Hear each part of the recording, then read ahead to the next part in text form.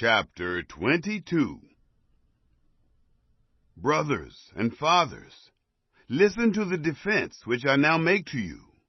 When they heard that he spoke to them in the Hebrew language, they were even more quiet. He said, I am indeed a Jew, born in Tarsus of Cilicia, but brought up in this city at the feet of Gamaliel, instructed according to the strict tradition of the law of our fathers, being zealous for God, even as you all are today. I persecuted this way to the death, binding and delivering into prisons both men and women, as also the high priest and all the council of the elders testify, from whom also I received letters to the brothers, and traveled to Damascus to bring them also who were there to Jerusalem in bonds to be punished. As I made my journey and came close to Damascus about noon, suddenly a great light shone around me from the sky.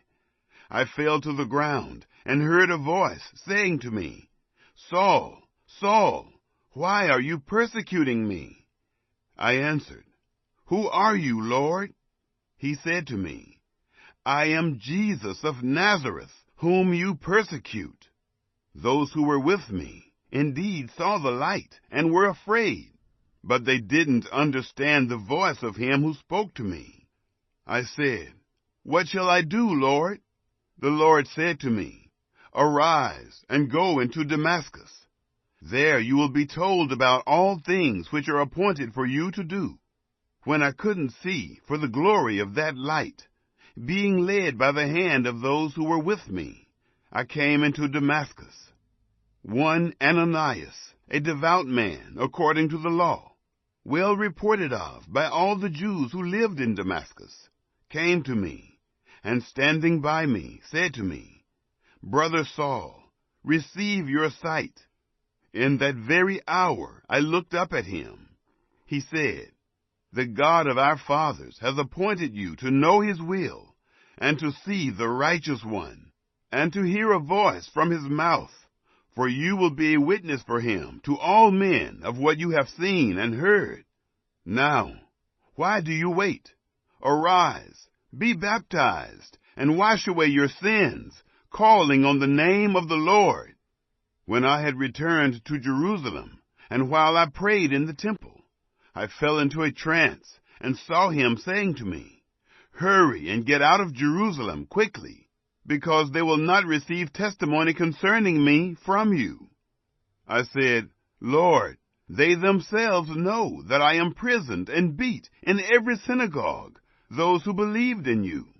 When the blood of Stephen, your witness, was shed, I also was standing by, consenting to his death, and guarding the cloaks of those who killed him. He said to me, Depart, for I will send you out far from here, to the Gentiles. They listened to him until he said that. Then they lifted up their voice and said, Rid the earth of this fellow, for he isn't fit to live. As they cried out, threw off their cloaks, and threw dust into the air, the commanding officer commanded him to be brought into the barracks, ordering him to be examined by scourging, that he might know for what crime they shouted against him like that. When they had tied him up with thongs, Paul asked the centurion who stood by, Is it lawful for you to scourge a man who is a Roman and not found guilty? When the centurion heard it, he went to the commanding officer and told him, Watch what you are about to do, for this man is a Roman. The commanding officer came and asked him, Tell me, are you a Roman? He said, Yes. The commanding officer answered, I bought my citizenship for a great price. Paul said, But I was born a Roman. Immediately those who were about to examine him departed from him, and the commanding officer also was afraid when he realized that he was a Roman, because he had bound him.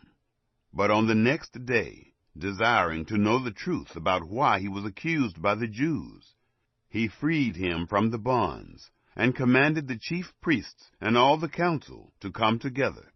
and brought Paul down and set him before them.